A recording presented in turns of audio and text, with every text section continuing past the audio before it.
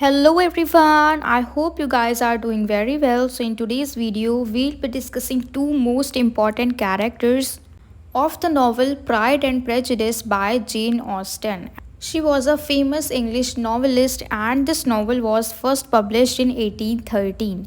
तो आज की इस वीडियो में हम दो मेन कैरेक्टर्स को डिस्कस करने वाले हैं इस पूरे नॉवल के, जो कि है एलिजाबेथ बेनेट और फिट्स विलियम डार्सी।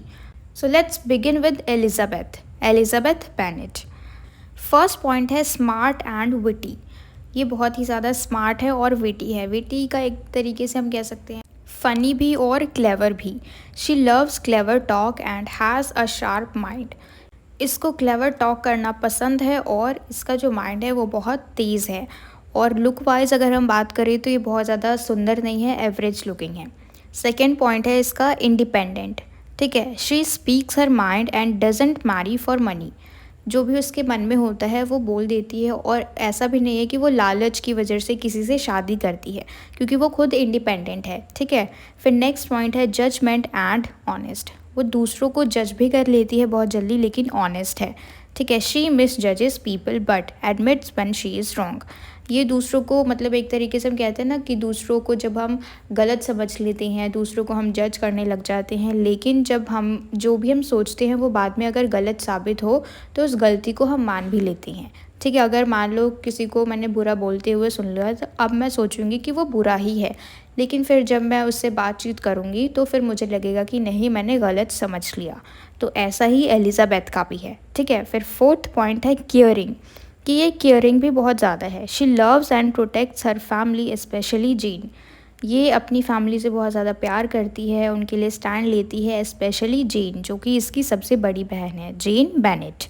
फिर next and last point, grows over time, यानी ये टाइम के साथ साथ ग्रो करती है। She learns from her mistake and becomes wiser, यानी ये अपनी गलतियों से सीखती है और ज़्यादा समझदार बन जाती है। तो ये 5 पॉइंट थे एलिजाबेथ बेनेट के कैरेक्टर के, कि ये स्मार्ट और विटी है, इंडिपेंडेंट है, जजमेंट एंड ऑनेस्ट और केयरिंग भी है, and the last one is grows over time. अब हम चलते हैं हमारे नेक्स्ट कैरेक्टर पे, फिट्स विलियम डार्सी, और इसको इस नावल में शॉर्ट में कहा गया है मिस्टर डार्सी। तो देखो इनके कैरेक्टर का फर्स्ट पॉइंट है proud and reserved. At first he seems arrogant and keeps to himself. तो देखो सबसे पहले हमें जब हम इनसे मिलते हैं, यानी जब नावल स्टार्ट होती है और इनके बारे में जब शुरू होती है कहानी, तो हमें लगता है कि वो बहुत ज़्यादा घमंडी है।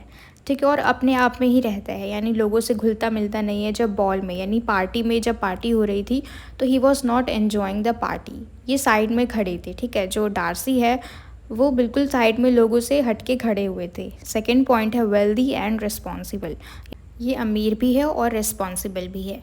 फिर है next point honest and loyal. ठीक है, he values truth and stands by the people he cares about, यानी इनको सच की कीमत पता है और ये उन लोगों के लिए खड़े होते हैं, उनकी हेल्प करते हैं जिनकी ये केयर करते हैं। फिर नेक्स्ट पॉइंट है helpful and kind. He helps others quietly like when he saves Lydia's reputation, यानी ये लोगों की हेल्प करते ही रहते हैं। ठीक है, कैसे भी तरीके से, फाइनेंशियली भी, पैसे दे के भी करते हैं। जैसे कि हमने देखा कि उसने लीडिया की रेपुटेशन को बचाया, यानी इज़्ज़त को बचाई। पूरे समाज में लोग कुछ कुछ कहते, बातें बनाते, तो ये सब कुछ नहीं हुआ क्योंकि डार्सी ने सीक्रेटली विकम को पैसे दिए थे लीडिया से शादी करने के लिए।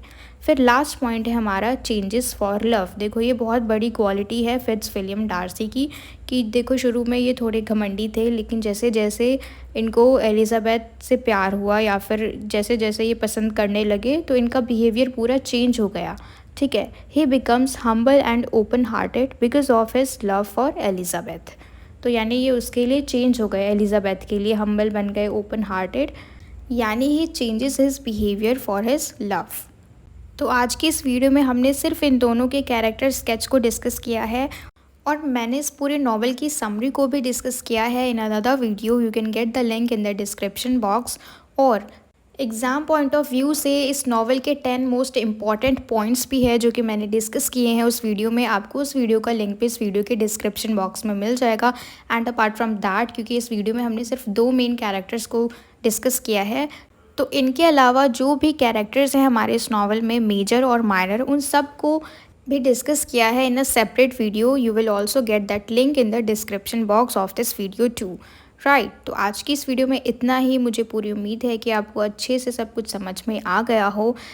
I really hope this video helped you understand the topic well. If it did, let me know in the comments, and don't forget to subscribe my channel and share this video with your friends as well so that they can get help from it. And see you all in the next video.